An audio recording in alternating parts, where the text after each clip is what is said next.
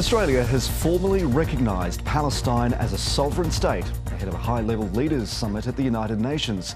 The Prime Minister says the declaration is a signal that the cycle of violence has to stop and builds momentum for a two-state solution. Israel has reacted with fury, calling the move a reward for Hamas and for terrorism. National political lead David Spears begins our coverage from New York. A ribbon for Australian aid worker Zomi Frankham. Just one of the many humanitarian personnel killed in Gaza since the war began.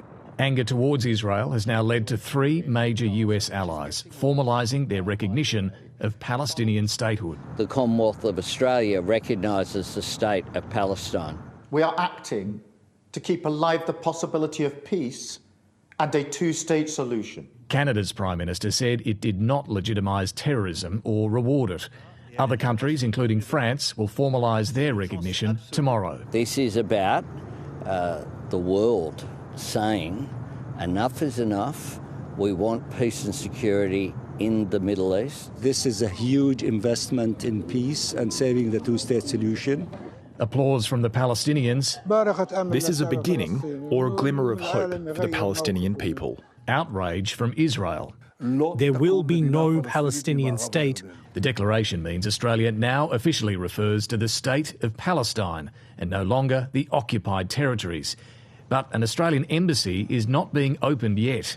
All of those matters are to be determined. Further steps will depend on the Palestinian Authority delivering on commitments to hold elections, ensure Hamas is disarmed and plays no future governing role, and accept Israel's right to exist in peace and security. There is a lot of detail to resolve. The Prime Minister will attend a conference tomorrow aimed at building momentum towards a two-state solution. He is officially rewarding Hamas. Hamas are terrorists. So thank you very much for coming to see us. The King of Jordan welcomed Australia's move. The Prime Minister is yet to secure a meeting with Donald Trump, a strong opponent of Palestinian recognition. Our foreign policy isn't determined in Washington. Our foreign policy is determined around the cabinet table in Canberra. Australia, Canada and the United Kingdom know they're angering the Trump administration, and there's uncertainty as to what exactly Israel might do in response to stop any Palestinian state becoming a reality. But these three US allies are frustrated at what continues to unfold in Gaza. Enough is enough, said Anthony Albanese. They're applying what pressure they can in the hope this will create a pathway to peace. David Spears, ABC News, New York. This move by Australia completes a major shift in Australia's foreign policy. With analysis, here's Global Affairs editor Laura Tingle. Israel is literally a child of the United Nations. Backing a state for the Jewish people within the boundaries of lands occupied by the Palestinians was one of its first acts upon the UN's creation.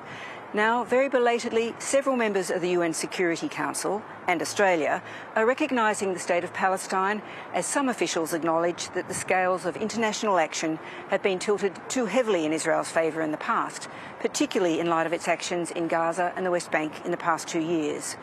While the move has been criticised as playing into the hands of Hamas or just being symbolic, tougher language from the Prime Minister today and even tougher language from French President Emmanuel Macron suggests we will be seeing a much more robust approach to Israel in the future.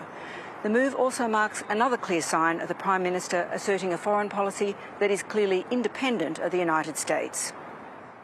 Let's bring in Middle East correspondent Matthew Doran now. Matthew, this recognition by Australia has prompted a furious response from Israel.